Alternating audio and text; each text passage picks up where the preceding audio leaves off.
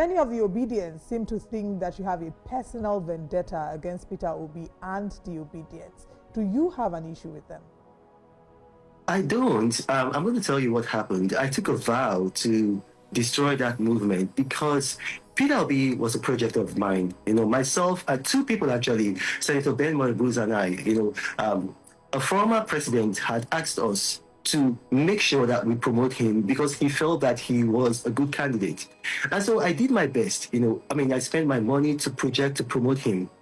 I was responsible for Peter Obi becoming the running mate to Waziri Atiku Abubakar in 2019. I've said this publicly. I've got the document. I'm a meticulous record keeper. Waziri Atiku Abubakar cannot deny it. Peter Obi cannot deny it. Peter Obi was lobbying me, sending me his resume. We did everything we did. I've not collected a dime from Peter Obi. Now, what happened is that Peter Obi left our party, the People's Democratic Party, without informing any of us who helped him. And that's okay.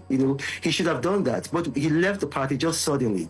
And then, obviously, we couldn't go with him because he didn't tell us that he was leaving. Now, even if he told us, we wouldn't have gone with him. So we had our party and we had our candidates, and we were trying to build our party. And what happened is that Peter Obi's movement, Obedience, they started attacking me, threatening me, insulting me. Now, that was okay, but then they moved from myself to my family. I just had a daughter at that time. There were multiple death threats. They came to my house in the United Kingdom. They trailed my wife and I when we were jogging. They found out my jogging route, and then they would pursue me jogging and then threaten me.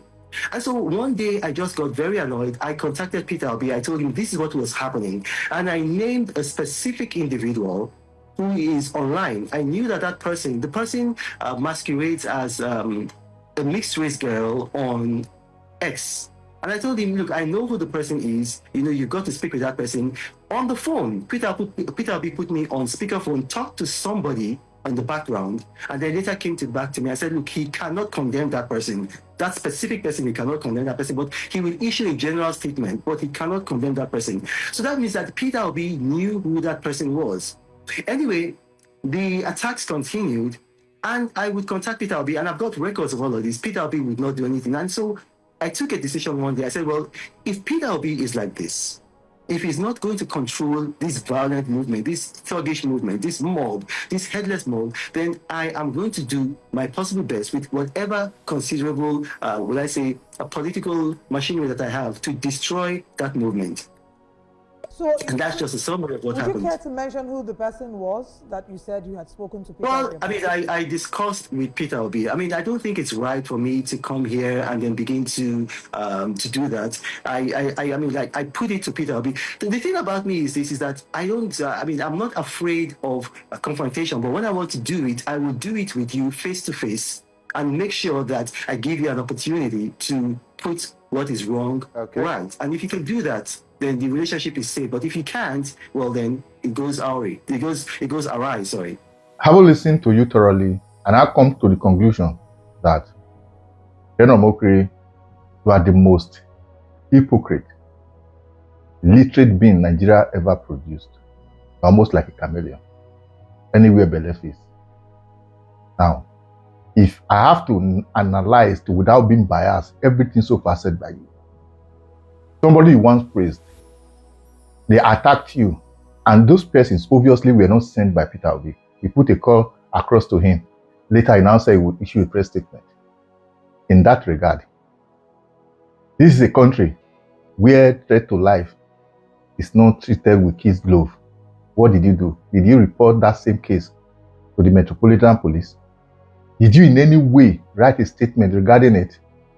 Here, if you look at somebody in a way that the person you are looking at did not like it, you might likely want to report you, let alone somebody threatened you or move some kind of movement that poses to be a threat to you and your family. You did not have that same person arrested here or report the case to the police. Now, in Nigeria as well, did you also do that? No, you say you put a call across. Somebody that is threatening your life, you did not see the need to have that person arrested here. Does that make any sense? Now, whatever you are doing, we all know the game. During the last presidential election, Peter Obi won 12 states.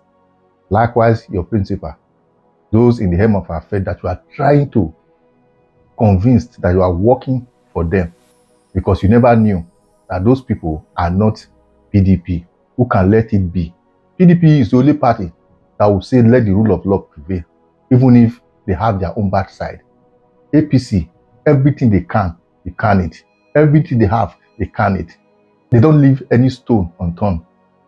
That is the kind of party they are, with all due respect to them. And today, based on everything so far said by you, supporting Peter Obi, this time you want to dance to them. You are not looking for a means to destroy that same person, just for you to tell them that I was part of those who preached that obedience movement. Let me also use that same platform to destroy it, so that before 2027, Peter Obi will be irrelevant. But do you know that all this while, a lot of persons are not even listening to whatever you are preaching? Because it's almost like we all know what you are doing. It is totally wrong for a man like you to be lying on a national TV, because everything so far said by you are all baseless.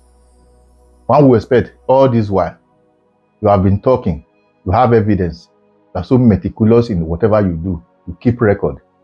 How many of these have you published in public domain? Truly speaking, Peter Obi might have had one-on-one with you, because in politics, you don't keep enemies. Everybody are all friends. To an extent, there are some content creators whose followers are not up to 100,000. By men speaking good about Peter Obi, you will see him with them.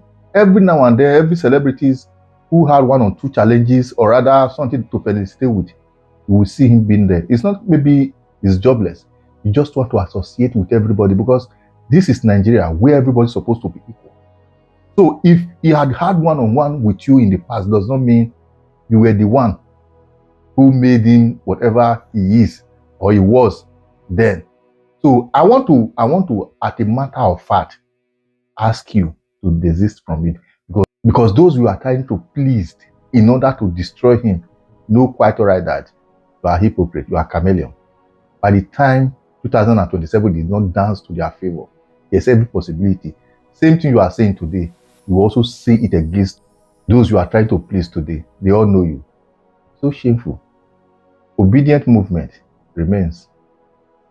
Please share and follow the page. Thank you as you do so. As for you, Reno, stop disgracing yourself. People are watching. At a time, a lot of persons believe in you, but the way you are going at the moment seems you lack wisdom.